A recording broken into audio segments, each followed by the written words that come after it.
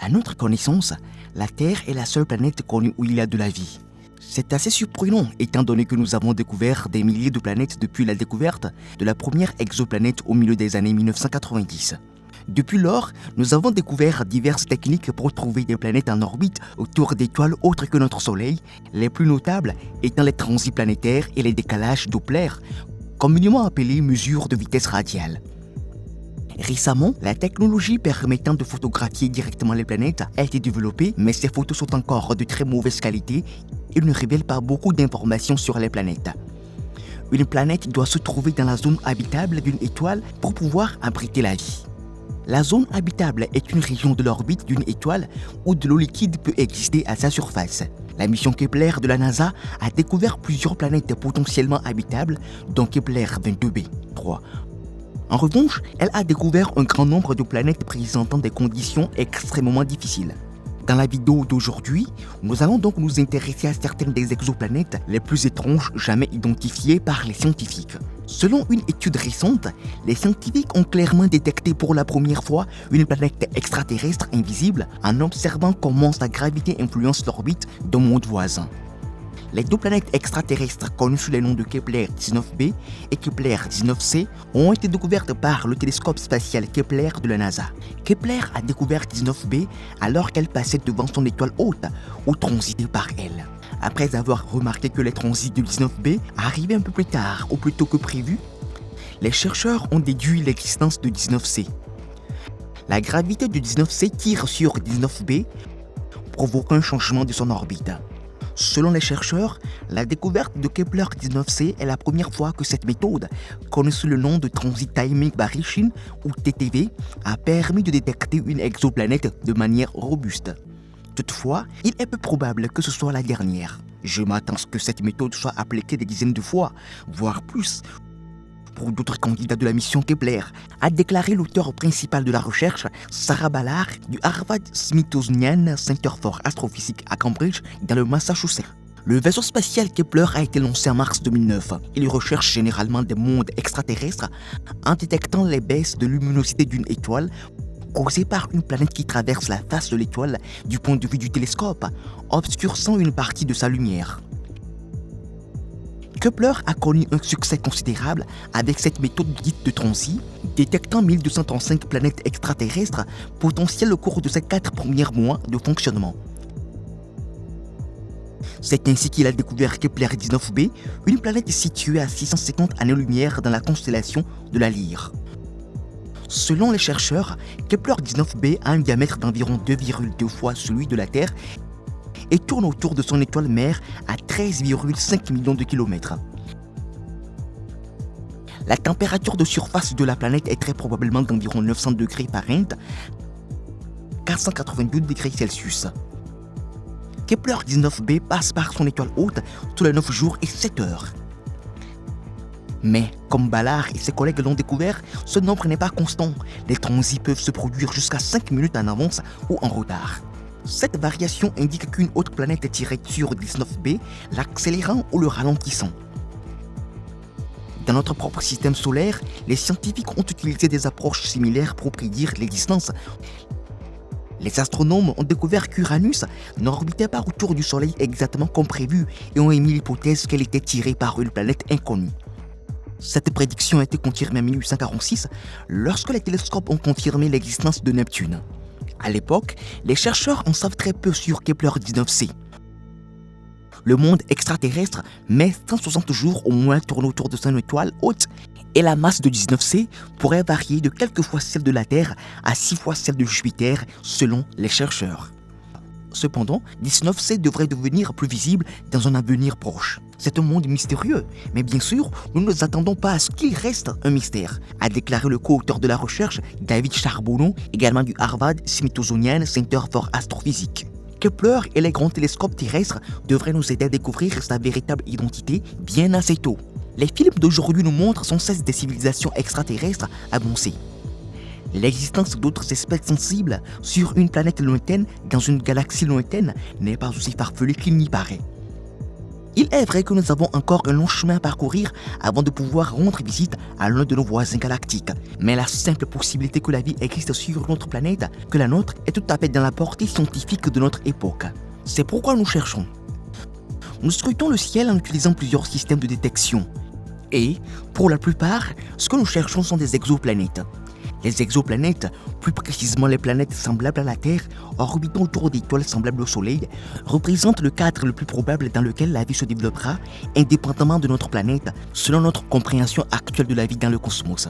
Jusqu'à présent, quelques milliers d'exoplanètes ont été détectées, bien que beaucoup doivent encore être confirmés à l'aide de diverses méthodes de détection, certaines plus répandues que d'autres.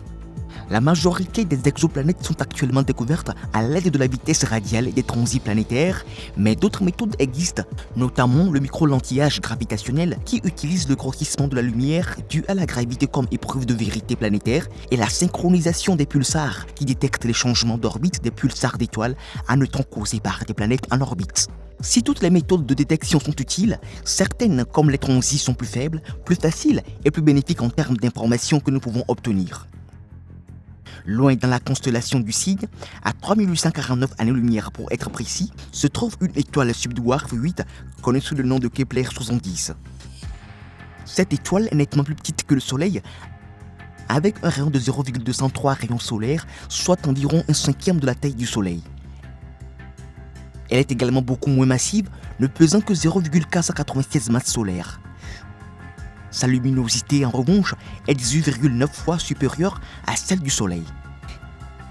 Kepler 70 est une très vieille étoile qui a traversé toute la séquence principale et les étapes de la géante rouge de sa vie. Selon les estimations, Kepler 70 a quitté le stade de géante rouge il y a 18,4 millions d'années. Depuis lors, le centre de l'étoile fusionne de l'hélium. Lorsque les réserves seront épuisées, l'étoile mourra en se condensant en une naine blanche. Lorsque l'orbite d'une planète coïncide avec le plan orbital visible depuis la Terre, la planète passe devant l'étoile ou transite une fois par période orbitale. Par conséquent, la luminosité visible de l'étoile diminue en fonction de la taille de l'étoile et de la planète.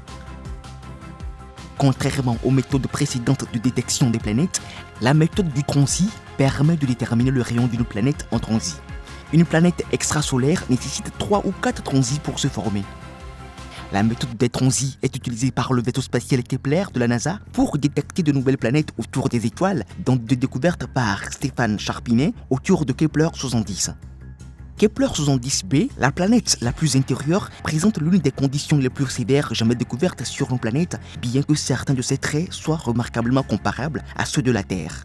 Sa densité est de 5500 kg par mètre cube, ce qui est assez proche de la densité de la Terre, 5515 kg par mètre cube. Cependant, elle ne représente que 44% de la masse de la Terre. Malgré certains parallèles, l'atmosphère de Kepler 70 est tout simplement trop rude pour que la vie telle que nous la connaissons puisse survivre. Les principaux obstacles à la vie sur Kepler 70b sont l'absence d'atmosphère, la proximité de son étoile haute, les températures élevées et le fait qu'elle se trouvait récemment dans son étoile haute. Kepler 70b n'est plus une planète au sens traditionnel du terme. Il s'agit plutôt de tout ce qui reste d'une géante gazeuse issue du système stellaire d'origine. Kepler 70b était très probablement un Jupiter chaud il y a des millions d'années, une planète de taille jovienne qui orbite extrêmement près de son étoile haute. Dans le cas de Kepler 70b, la planète tourne autour de l'étoile à une distance de seulement 0,006 UA. Mercure tourne autour du Soleil 65 fois plus loin que la Terre.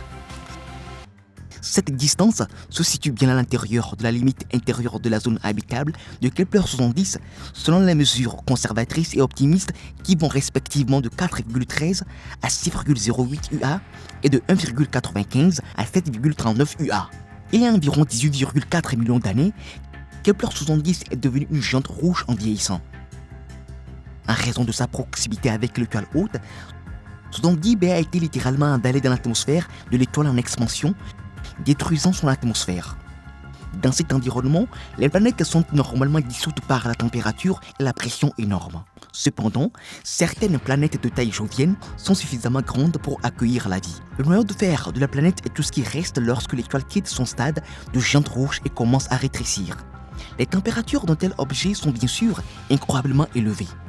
Avec une température d'équilibre en surface de 112 088 Kelvin, Kepler 70b détient désormais le record de la planète la plus chaude jamais découverte. La vie est-elle possible sur cette planète? Dans son état actuel, la vie telle que nous la connaissons ne peut survivre sur Kepler 70b. Elle tourne autour de Kepler 70 qui se trouve loin à l'intérieur des zones habitables, prudentes et optimistes, et environ 105 fois plus proche de son Soleil que Mercure ne l'est du nôtre.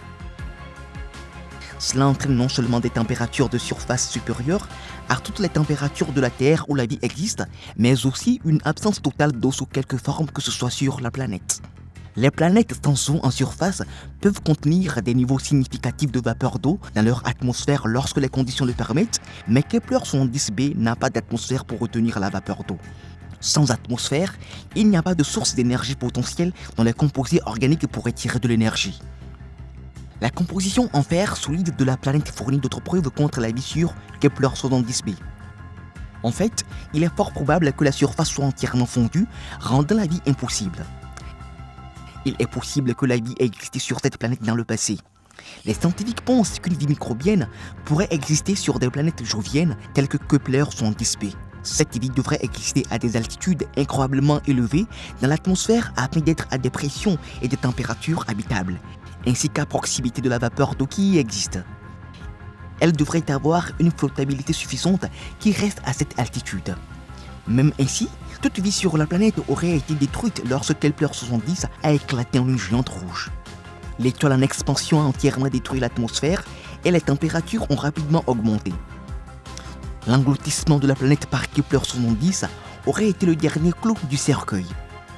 Toute substance organique ne serait pas capable de se développer à l'intérieur d'une étoile. Même après que Kepler 70b a quitté l'étoile, il ne s'est écoulé que 18,4 millions d'années, ce qui est bien trop court pour que la vie se forme sur la planète, même si les conditions étaient idéales. De plus, Kepler 70b est en orbite autour d'une étoile en fin de vie. En termes cosmiques, cette étoile deviendra bientôt une naine blanche, entamant ainsi les derniers stades de son existence. Les observations de planètes orbitant autour d'étoiles de taille comparable, en particulier celles qui sont aussi proches, suggèrent que les planètes sont verrouillées par les marées bien avant que la vie n'apparaisse sur la planète.